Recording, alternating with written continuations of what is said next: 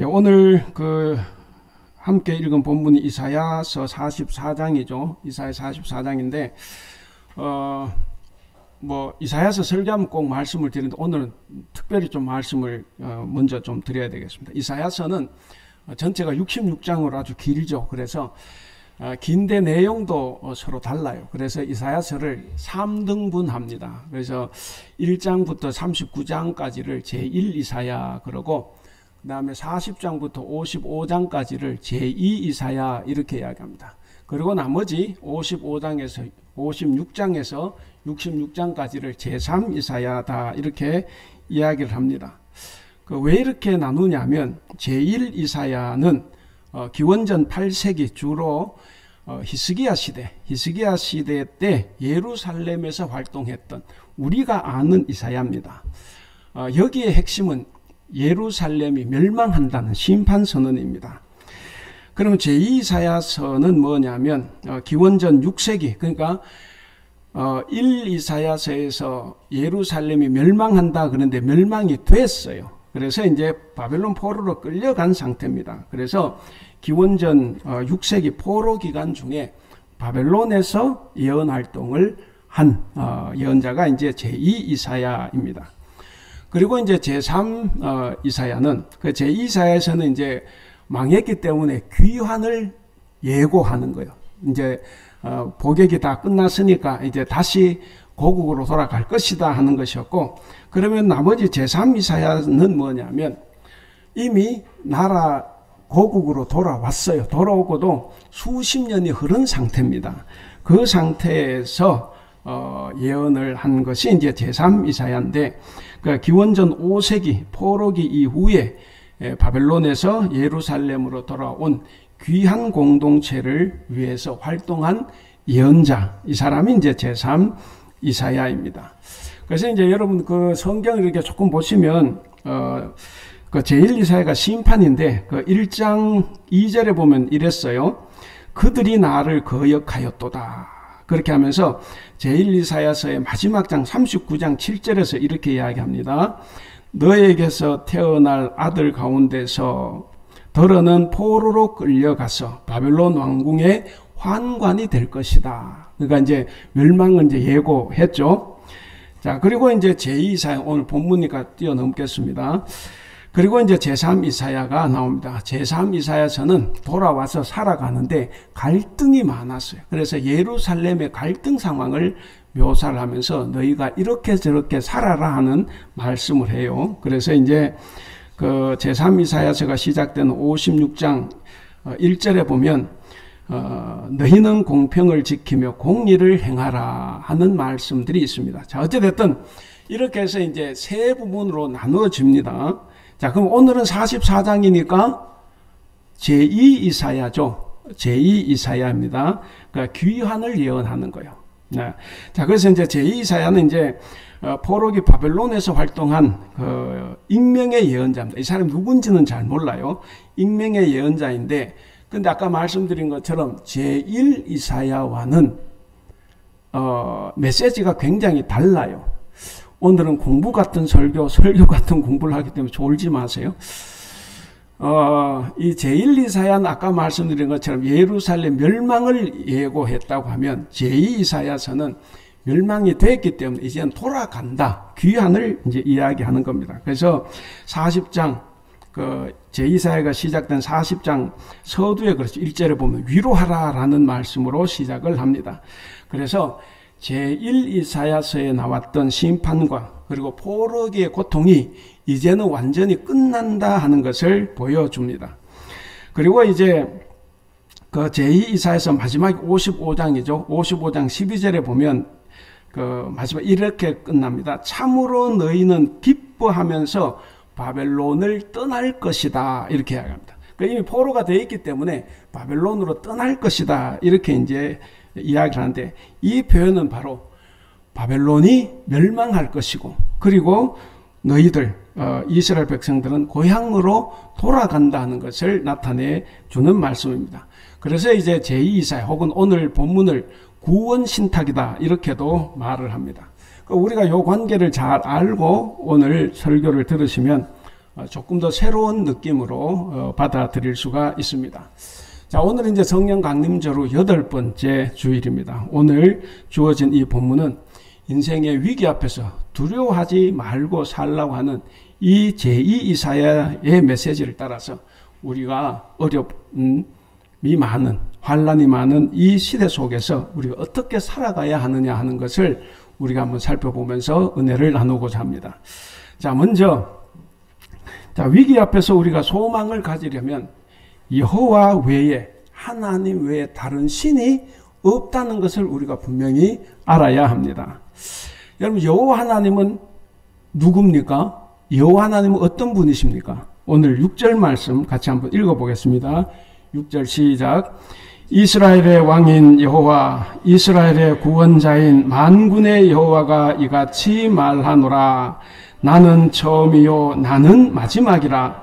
나 외에 다른 신이 없느니라. 자, 거기 보면 이 제2 이사야는 여호와 하나님이 이스라엘의 왕이요 이스라엘의 구원자다라고 이제 선포를 합니다. 우리가 아는 대로 이제 북왕국은 주전 722년 아시리아에게 멸망을 당했습니다. 그리고 135년이 지나고 난 다음 주전 722년에 남왕국 유다는 바벨론에게 이제 패망을 하죠. 그리고 포로로 끌려갔습니다. 바로 이 시점에서 제2 이사야가 지금 무엇을 이야기하냐 하면 우리 하나님 여호와는 그래도 이스라엘의 왕이시고 그래도 이스라엘의 구원자라는 거예요. 이게 우리가 당연하다 생각하지만 이스라엘 백성들이 바벨론에게 패망하고 포로로 끌려갔을 때 그들의 굉장한 신앙의 갈등이 있었어요. 어떤 갈등이겠습니까? 고대 전쟁은 신들의 싸움인데 우리가 믿는 하나님이 바벨론의 신 마르둑에게 졌다는 거예요. 그렇기 때문에 우리 하나님이 최고인 줄 알았는데 마르둑 신이 훨씬 더 위대한 신이었던 거죠. 그래서 굉장한 신앙적인 위기에 빠진 것이 바로 바벨론 포로기 초기입니다. 그러니까 그런 시대에 이 제2 이사야는 그래도 여호와께서 아직 우리의 왕이시고 우리의 구원자다라고 이렇게 선포를 하는 겁니다. 자, 여기 이제 이스라엘의 구원자를 말할 때 앞에 보면 만군의 여호와 그랬죠. 이스라엘의 구원자인 만군의 여호와가 그랬습니다. 그러니까 만군의 여호와, 이건 이제 온 우주를 통치하시는 분, 또 신들의 세계에서도 이스라엘의 구원자의 신 여호와 하나님만이 유일하신 신이다라는 것을 드러내는 말입니다. 자, 그런 하나님께서 이스라엘을 구원하시는 구원자라는 거죠. 왜 구원자라고 합니까? 그것은 바로 우리 하나님께서 인류 역사를 주관하시기 때문에 그렇다 하는 거예요. 거기 보면 하나님 어떤 분입니까? 나는 처음이요 나는 마지막이라 그랬습니다. 신약에 보면 예수님께서는 알파 오메가 이런 말씀도 하시는데, 자, 처음이요 마지막이 되시는 분이 하나님이십니다. 여러분, 처음과 끝을 아는 사람은 다 알겠죠. 다 압니다. 그러니까 우리 하나님께서 역사의 처음이고 역사의 마지막을 아신다고 하면 그것은 바로 역사 안에서 이루어지는 모든 일들을 다 알고 계신다는 거예요. 알고 계시니까 통치를 하시는 거죠. 그래서 6절 끝에 그렇게 장엄한 고백을 하는 거예요. 나 외에 다른 신이 없다 하는 겁니다. 나 외에 다른 신이 없다. 이 선포가 그냥 나오는 게 아니에요. 그래서 이 신구약 성경 전체를 통틀어서 우리 하나님 여호와께서 유일무이한 유일신이라는 것을 가장 잘 드러내주는 것이 바로 이 본문입니다. 이 세상에 다른 어떤 신도 존재하지 않습니다. 오직 하나님 여호와만이 유일하게 존재하는 신이라는 것을 뜻하는 말이 바로 이 6절 말씀입니다. 자, 제2 이사야 이 같은 강력한 주장, 마르둑이 최고의 신이라고 하는 이 바벨론 포로지에서 아니다, 하나님 여호와가 최고의 신이다라고 하는 이 강력한 주장은 바로 바벨론의 신 마르둑을 무력화하는 거예요. 마르둑의 존재를 전면 거부하는 겁니다. 바벨론의 모든 영광과 영화는 다 마르둑의 권위에 의존을 했습니다. 마루둑에게도 창조 신화가 있습니다. 여러분 지금 당장이라도 이렇게 와이파이로 찾아보면 나오지만 이 엄청난 창조에 대한 이야기들이 막 나와요. 하나의 신화가 나오는데 이 마루둑 창조 신화가 곧 바벨론의 건국 신화다라는 것을 우리가 감안을 할 때 제2 이사야의 이 발언은 폭탄적인 발언입니다. 그러니까 이 폭탄적인 발언이야말로 바벨론 체제의 근본을 흔드는 발상인 거예요. 그런 발언이기 때문에 이걸 함부로 대놓고 말할 수 없습니다. 여러분 예수님 시대 이후에 로마의 황제 숭배가 있었죠. 그래서 초기 기독교인들이 로마 황제 숭배를 거부했다가 수많은 사람들이 잡혀서 화형에 처하고 사자밥이 됐어요. 그러니까 이게 이제 고대 세계입니다. 근데 그 시대보다 500-600년 전에 마루둑이 최고의 신인 이 사회에서 그게 아니라 이스라엘 하나님 여호와가 최고의 신이다라고 하는 이 발언은 굉장히 위험한 겁니다. 아마 이 사람은 이 제2이사야는 바벨론 땅에서 숨어 지낼 수밖에 없었던 사람이라고 우리는 생각할 수 있습니다. 자, 그런데 그럼에도 불구하고 이 제2이사야는 지금 40장 8절에 보시면 유명한 말씀을 하죠. 40장 8절에 보면 풀은 마르고 꽃은 시드나 우리 하나님의 말씀은 영원히 선다 이렇게 선언을 합니다. 그러니까 바벨론의 영광이나 마르둑의 그 위용은 마른 풀, 시든 꽃과 같다 하는 거예요. 그러니까 마른 풀과 시든 꽃은 곧 죽었다 하는 거죠. 그러니까 마르둑 신은 죽은 신이다 하는 것을 이야기를 합니다. 그다음 반면에 하나님은 어떻습니까? 하나님의 말씀이 영원히 선다고 지금 이야기했잖아요. 하나님은 말씀으로 세상을 창조하셨습니다. 조금 더 말씀드리지만 창세기 1장의 창조가 뭡니까? 세상을 말씀으로 창조하시는 거예요. 말씀으로 세상을 창조하셨고 그리고 그 말씀인 십계명과 율법을 이스라엘 백성들에게 주어서 그걸 가지고 하나의 공동체를 이루게 하고 그리고 정의와 사랑과 나눔을 실천하며 살아가게 합니다. 그리고 또 예언자들을 통해서 많이 선포된 하나님 그 당신의 말씀으로 이스라엘의 역사를 이끌어 오셨습니다. 그러니까 하나님의 말씀은 시든 꽃이나 이런 게 아니에요. 자, 근데 이스라엘 백성들이 여호와의 말씀에 귀를 기울이지 않았습니다. 이렇게 엄청난 신을 섬기는 민족이었지만 근데 하나님을 제대로 섬기지 않았고 그 말씀에 귀를 기울이지 않아서 지금 바벨론의 포로로 와 있는 신세가 된 거예요. 하나님이 바벨론의 신보다 힘이 없어서 힘이 약해서 포로가 된 것이 아니고 바로 너희가 말씀에 순종하지 않았기 때문에 지금 포로가 돼 있는 겁니다. 그렇지만 우리 하나님은 포로민들에게 다시 말씀하십니다. 이게 바로 40장 1절이에요. 제2이사야서를 시작하는 40장 1절에서 너희의 하나님이 이르시되 너희는 위로하라. 내 백성을 위로하라. 여러분 이 말씀은 이제 망한 이스라엘 백성들 보고 다시금 내가 이스라엘을 고향으로 인도하겠다라고 하는 선언입니다. 자, 이렇게 말씀하시는 분이 바로 우리가 믿는 유일하신 하나님이다 하는 것을 선포를 합니다. 여러분 이런 신앙은 오늘날 우리에게 대단히 중요한 부분입니다. 우리 역시 하나님이 주도하시는 이 역사 가운데서 우리가 살아가고 있습니다. 하나님이 역사하시는 공간에서 우리가 살아가지만 때로는 정말 무수한 환난과 어려움을 겪기도 합니다. 그로 인해서 하나님의 백성인 우리가 의문이 들 때도 많아요. 어떻게 우리가 하나님을 이렇게 잘 믿는데도 어째서 우리에게 이런 일을 겪게 하나 그런 의심이 들기도 하고 그리고 극심한 고통 속에서 하나님을 원망하고 혹은 배반하기도 합니다.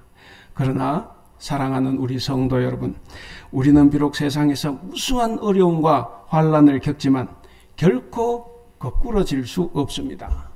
그리고 결코 아무 소용없이 사라지지 않습니다.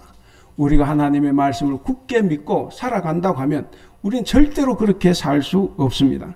그러므로 사랑하는 우리 성도 여러분, 어떤 어려움과 환난 가운데서도 낙심하거나 절망하지 않기를 바랍니다.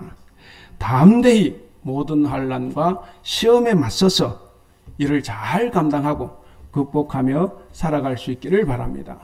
우리 하나님은 그때그때마다 우리를 도와주시는 분이십니다.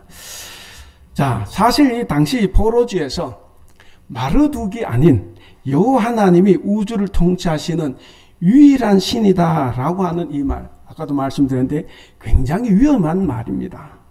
왜냐하면 지금 제2이사야의 이 말을 듣고 있는 청중이 누굽니까? 바로 포로로 잡혀온 유대 민족이죠. 그러니까 이 유대 민족인 이 청중들은 아직 바벨론이 멸망하지 않았어요. 지금 바벨론이 어떻게 보면 가장 힘이 있을 때입니다. 그런 상태이기 때문에 두려워할 수밖에 없어요. 제가 탈북민들 이야기를 유튜브로 이렇게 들어보는데, 일단 탈북해서 중국으로 건너갔다가 다시 붙잡혔을 때 가장 무서운 벌이 한국 사람을 만났냐 안 만났냐, 그리고 교회를 갔냐 안 갔냐, 성경을 봤냐 안 봤냐, 이런 것이 굉장히 위험하더라고요. 이거는 총살감입니다. 그러니까 나는 믿지 않는데 누가 내 옆에서 하나님 이야기해서 나는 수동적으로 들었는데도 이건 사형입니다. 여러분 21세기에도 이런 일이 벌어지고 있어요. 그러면 2500년 전 이 나라가 어떻겠습니까? 고대 세계에 마르둑이 아니라 하나님 여호와가 최고의 신이다. 이거는 요즘 말로 북한 말로 총살감입니다. 그러니까 청중들은 제2이사야로부터 이런 말을 듣는 것 자체가 부담스러울 수 있습니다. 그런데 제2이사야는 대담하게, 담대하게 너희는 두려워하지 말며 겁내지 말라 이야기를 합니다. 오늘 본문이 이제 6절부터 8절인데 1절부터 8절 사이에 보면 두려워하지 말라는 말이 3번이나 나와요. 3번이나 나옵니다. 그 2절 끝에도 두려워하지 말라. 오늘 8절에도 두려워하지 말라. 또 다른 표현으로 겁내지 말라. 이렇게 되어 있는데 여러분 얼마나 이 당시가 두렵고 떨립니까? 그러니까 이런 상황에서 제2이사야가 이렇게 너희는 두려워하지 말라 이렇게 위로하면서 하나님만이 유일하신 주님이시다라고 이렇게 선포를 하는데, 6절에 보세요. 6절에 우리가 읽었는데 단호하게 나 외에 다른 신 없다라고 이야기를 합니다. 근데 8절에서는 또 의문문으로 이야기해요. 나 외에 다른 신이 있겠느냐 이렇게 하면서 하나님의 위엄을 재차 강조를 합니다. 여러분, 우리가 섬기고 우리가 믿는 하나님이 바로 이와 같은 분이십니다. 이 세상에 그 어떤 위기를 우리가 당한다고 해도, 어떤 환난을 당한다고 해도 그 환난과 위기 앞에서 우리는 하나님의 말씀으로 소망을 갖고 인내하며 살아갈 수 있습니다. 그렇게 살아가는 여러분들이 될 수 있기를 바랍니다. 자, 두 번째입니다. 이 위기 앞에서 우리가 소망을 가지려고 하면 이 세상에서 오직 하나님만이 역사를 주관하신다라는 사실을 우리가 알아야 합니다. 자, 7절 본문을 보시면 구체적으로 우리 하나님 여호와는 다가올 일을 미리 말씀해 줄 수 있는 분이다 이렇게 증언합니다. 우리 표준세번역으로 7절 누가 하나, 같이 읽겠습니다. 시작. 누가 나처럼 선언할 수 있으며 미래를 예고할 수 있느냐? 나를 누구와 견줄 수 있느냐? 만일 있다면 내가 옛날 사람들에게 미래를 예고했듯이 그들에게 다가올 일들을 미리 말하여 보라고 하여라.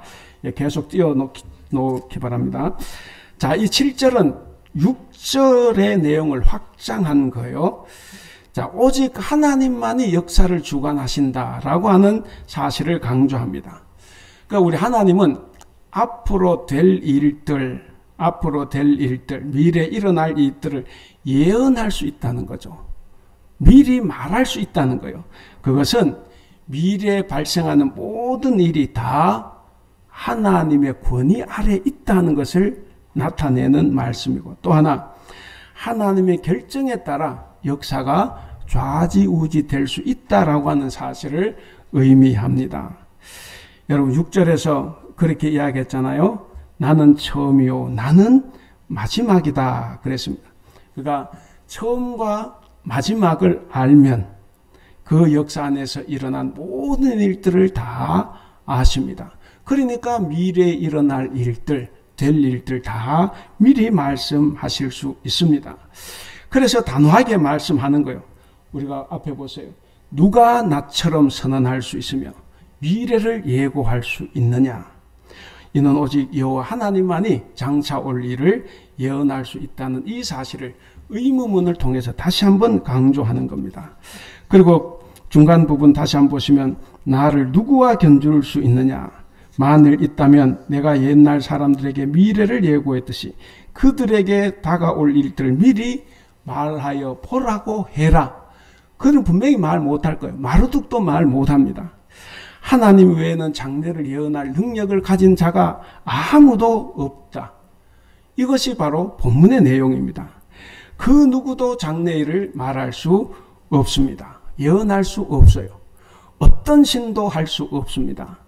점성술가들도 할 수 없습니다. 역사는 오직 하나님의 위엄, 능력 아래에 있습니다. 그러므로 이 역사는 인간의 능력밖에 있는 것이기 때문에 오로지 하나님의 주권과 섭리에 따라서 역사는 흘러갈 뿐입니다. 그래서 내가 옛날 사람들에게 미래를 예고했다. 오늘 본문에 나오지 않습니까? 미래를 예고했다. 이 말은 미래를 말했다. 이 말은 바벨론은 멸망할 것이고 그것으로 인해서 이스라엘은 고향으로 돌아갈 것이다 라고 하는 것을 선언하는 말씀입니다. 자, 근데 재밌어요. 이제 바벨론의 신 마르둑하고 하나님이 싸워서 마르둑이 이겼다고 생각을 하죠. 바벨론 사람들도 그렇게 생각하지만 이스라엘 사람들도 그렇게 생각하는 거예요. 왜? 어떻게 우리가 바벨론에 패하면 그것도 포로로 끌려오냐는 거예요. 자, 그러니까 바벨론의 신들이 훨씬 더 위대한데, 근데 문제는 뭐냐면 바벨론의 신들은 바벨론이 멸망한다는 것을 알지를 못했어요. 그러니까 미리 말을 하지 못했다 하는 거죠. 그래서 이 제2이사야는 바벨론의 신들이 아무 말도 하지 못하는 이런 신들은 나무 토막으로 땔감으로 만들어진 신이라고 비웃었습니다. 우리 이사야서 44장 16절 17절 같이 한번 읽어보겠습니다. 시작. 그 중에 절반은 불에 사르고 그 절반으로 고기를 구워 먹고 배불리며 또 몸을 덥게 하여 이르기를 아하 따뜻하도다 내가 불을 보았구나 하면서 그 나머지로 신상 곧 자기의 우상을 만들고 그 앞에 엎드려 경배하며 그것에게 기도하여 이르기를 너는 나의 신이니 나를 구원하라 하는도다. 정 웃기잖아요. 땔감을 갖다 놓고 반은 땔감에다 고기를 구워 먹어요. 그리고 자기 몸을 덮입니다. 그리고 남은 것으로 신을 만들어요. 신상을 만들고 그거에다 대놓고 너는 내 신이니 나를 구원하라 이렇게 한다는 거죠. 그러니까 조롱하는 이야기입니다. 이 제2이사야는 너희들이 만든 그런 신, 말도 못하는 땔감으로 만들어진 그런 신이 아니라 여호와 하나님은 말씀하시는 분이기 때문에 역사를 주관하시고 동시에 인간이 만들었기 때문에 말도 하지 못하는 이런 신들을 제압할 수 있다는 것을 이야기를 합니다. 그래서 이스라엘 이 포로민들에게 지금 희망을 주는 거예요. 우린 반드시 돌아간다 하는 이야기죠. 여러분, 하나님은 자기 백성에게 어떤 일에 대해서 미리 말씀하실 필요가 있다고 생각하시면 명확하게, 정확하게, 확고하게 말씀하실 수 있습니다. 하나님은 오늘날 고난 가운데, 환난 가운데 빠져서 실망하고 절망에 빠진 성도들에게 나는 너희들을 사랑하고 그리고 회복시키고 구원하시는 하나님이다 라는 이 예언의 말씀을 주심으로써 우리를 소망 가운데서 살아가게 하십니다. 이 예언은 절대 권위를 가진 바로 유일하신 하나님만이 역사를 주관하신다는 사실을 밝히 증명하고 있습니다. 오직 하나님만이 우리를 살릴 수 있는 분이라는 것을 우리에게 알려주고 있습니다. 마지막 세 번째입니다. 자, 위기 앞에서 우리가 소망을 가지려고 하면 세상을 두려워하지 말고 하나님의 역사의 발자취를 따라서 함께 걸어가야 합니다. 우리 8절 같이 읽어볼까요? 8절 시작. 너희는 두려워하지 말며 겁내지 말라. 내가 예로부터 너희에게 듣게 하지 아니하였느냐? 알리지 아니하였느냐? 너희는 나의 증인이라. 나 외에 신이 있겠느냐? 과연 반석은 없나니 다른 신이 있음을 내가 알지 못하노라.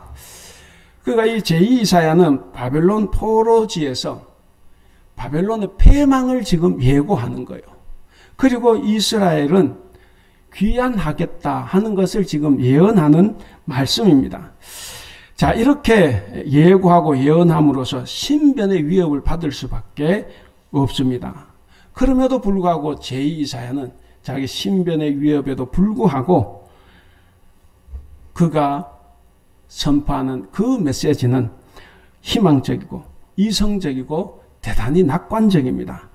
우리는 예루살렘 도성이 함락되었을 때 아마도 이 제2이사야도 같이 포로로 끌려갔던 사람이 아닐까 추정을 해봅니다.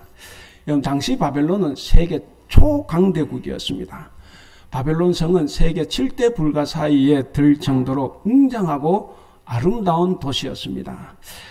바벨론의 그 이스달 정문을 들어서면 사통팔달의 아주 넓은 길이 나옵니다. 그 넓은 길 좌우로 각종 신상들과 건물들이 절비하게 서 있습니다. 그리고 그 넓은 광장 그 끝에는 마르둑 신전이 있습니다. 그러면 이 포로민들은 그 초입에서부터 마르둑 신전까지 끌려갈 거예요. 그러면 이 바벨론 도성의 사람들은 환호성을 지를 겁니다. 또 승리했다고. 근데 이스라엘 백성들은 비참한 거죠. 자, 그런 상황이 지금 이 상황입니다.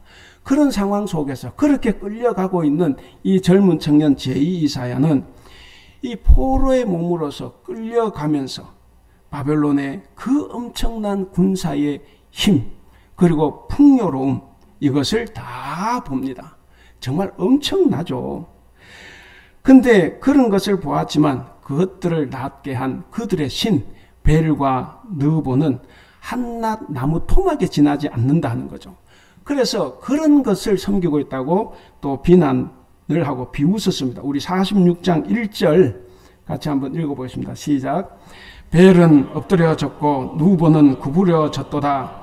그들의 우상들은 짐승과 가축에게 실렸으니 너희가 떠매고 다니던 그것들이 피곤한 짐승의 무거운 짐이 되도다. 자, 벨은 바벨, 느보는 느부갓네살 이걸 상징합니다. 자, 그런데 이런 신들이 다 거꾸러진 거예요. 자, 그러면 어떻게 그 신이 스스로 일어납니까? 못 일어나죠. 그 옮기려고 하면 사람이 구루마에 실어야 될 거 아니에요. 소각구는 구루마에 실어야 되는데, 그러니까 피곤한 짐승의 무거운 짐이 될 뿐이에요. 이 신이. 그걸 지금 비웃는 조롱하는 이야기입니다. 자, 그렇다고 하면 많은 사람들, 심지어 유대인 포로민들까지도 마르둑의 위용에 압도를 당합니다. 그래서 이제 정말 여호와의 성전이 무너졌기 때문에 이제는 하나님이 없고 여호와는 패배했고, 그렇다고 하면 이제 우리는 마르둑을 섬겨야 되는 것 아닌가? 이런 생각을 하고 결단할 그쯤에서 제2이사야는 아주 정말 배포가 크게, 배짱이 아주 대단합니다. 그렇게 마르둑을 비판하는 거예요. 여호와께서 그들에게 다시 희망을 준다 하는 거예요. 여호와께서 우리에게 다시 희망을 준다라고 하는 이 확신을 선포하는데 도대체 그 확신이 어디에서 생겼을까 하는 거예요. 모두가 다 압도되어 있는데 이사야는 그러지 않았습니다. 저하고 이렇게 성경 공부를 하시는 분들 항상 제가 첫 시간은 그 이야기를 하는데 창세기 1장에 창조 이야기가 나오죠. 요즘 사람들 자꾸 창조 과학으로 풀려고 하는데 그 다 쓸데없는 짓이에요. 절대로 과학으로 풀지 마세요. 그 3000년 전 이야기가 오늘 진화로 나하고는 아무 관계가 없어요. 그 창조 이야기는 뭐냐면 바로 이 바벨론 포로 시대에 그 고백을 한 겁니다. 그래서 창조신앙 그때 고백을 했는데 끌려가 보니까 바벨론의 신들은 엄청나죠. 오만 신들이 다 있어요. 아까 제가 말씀이 영영이 선다 그랬지 않습니까? 이 바벨론의 신, 태양신, 달신, 해신, 별 동물신 누가 만들었어요? 뭘로 만들었어요? 하나님 말씀 한 방으로 만들어 치운 거예요. 그러니까 너희들이 믿는 그 신은 결국 뭐예요? 우리 하나님께서 말씀으로 그냥 만들어 버린 거예요. 그러면 그게 더 위대합니까? 만드신 하나님이 더 위대합니까? 말씀으로 만드신 하나님이 영원히 서는 거예요. 자, 그런 창조 신앙이 이 시대에 창세기 1장을 통해서 우리가 살펴볼 수 있습니다. 여러분, 지금 제2이사야가 외치는 이 너희는 두려워하지 말며 겁내지 말라 라고 하는 이 말을 듣는 당시 포로민들의 심리 상태를 말해주는 겁니다. 40장도 바로 시작하면 두려워하지 말라는 말이 나와요. 얼마나 두렵습니까? 그들의 제국도, 그들의 황제도, 그들의 신도 다 두려운 겁니다. 그들은 이방 땅에 포로로 끌려온 이들이기 때문에 그들을 다스리는 자들의 일거수일투족을 주목하지 않을 수가 없습니다. 그들을 신경 써야 될 형편입니다. 앞으로 그들에게 무슨 일이 닥칠지 아무도 모르는 겁니다. 그러니까 모든 일에 전전긍긍하며 불안한 나날을 보내는 그런 참 담한 처지가 바로 그들의 처지입니다. 그런데 제2이사야는 이런 말할 수 없는 어려운 가운데서도 절망하지 않고 내일을 바라보는 이 희망찬 메시지를 선포했습니다. 그가 어떻게 그런 희망찬 메시지를 선포할 수 있었습니까? 바로 하나님에 대한 확고한 신앙입니다. 그 확고한 신앙이 있었기 때문에 바로 미래를 볼 수가 있었습니다. 우리 하나님만이, 우리 여호와만이 우리의 참 신이시고 참 하나님이시다라는 이 철저한 신앙을 그가 가지고 있었습니다. 따라서 제2이사야의 이 관심은 동포들이 절망감에서 벗어나서 희망을 갖는 것이었습니다. 그들의 상황이 아무리 힘들고 어렵고 또 좌절스럽다고 해도 절대로 두려워하거나 떨거나 겁낼 필요가 없다는 겁니다. 왜냐하면 그들을 지으신 창조주는 마루둑이 아니라는 거예요. 그들을 지으신 창조주는 마루둑이 아니라 바로 우리의 하나님 여호와라는 사실을 그들이 알고 있기 때문입니다. 성도 여러분, 하나님은 역사의 주인이십니다. 그리고 당신의 백성들을 이끄시는 바로 구원자이십니다. 그리고 주님만이 참 하나님이심을 우리는 성경을 통해서, 역사의 발자취를 통해서 우리는 알 수가 있습니다. 그러기에 우리는 이 제2이사야가 가졌던 신앙과 확신을 오늘 우리도 가져야 합니다. 그것을 가짐으로써 우리도 환난과 좌절과 위기 앞에서도 세상을 두려워하지 말고 소망을 갖고 살아가는 여러분들이 다 될 수 있기를 바랍니다. 이제 말씀을 맺겠습니다. 사랑하는 우리 성도 여러분, 우리 하나님은 역사를 주관하시는 유일한 신이십니다. 우리 하나님은 이 세상 역사를 당신의 의지와 뜻으로 인도하시고 섭리하시는 분이십니다. 그리고 특별히 이 세상 역사 가운데 당신들의 백성을 부르십니다. 그리고 부름을 받은 우리를 역사의 주인공으로 다 삼아 주셨습니다. 그렇기 때문에 사랑하는 성도 여러분, 우리는 이 세상을 힘차게 살아갈 수 있습니다. 그러나 세상 사람들처럼 믿는 우리도 이 세상에서 위기와 어려움을 겪을 수 있습니다. 우리라고 해서 환난을 면하는 것이 아닙니다. 어떤 때는 세상 사람들보다 나보다 믿음이 없는 저 사람보다 훨씬 더한 위기에 빠질 수도 있습니다. 그러나 이 모든 것은 하나님께서 결코 우리를 해롭게 하는 것이 아닙니다. 그것이 아니라 우리를 온전히 세우시기 위한 하나님의 거룩한 뜻이고 섭리입니다. 자, 오늘 설교 제목 우리 같이 한번 읽어볼까요? 시작. 그리스도인 위기 앞에서 소망을 갖는 사람. 사랑하는 우리 대북교회 성도 여러분, 그리고 오늘 또 우리와 함께 예배하는 성도 여러분, 우리는 이 사실, 위기 앞에서 소망을 가져야 한다라는 이 사실을 명심하고 우리의 성령 강림절 후 8번째 주간에 우리는 이 제2이사야가 외친 이 신앙을 본받아서 우리 어떤 위기나 환난 앞에서 좌절하기보다는 소망 가운데 인내하면서 모든 일을 행하는 여러분들이 다 될 수 있기를 주님의 이름으로 축원합니다. 기도하겠습니다.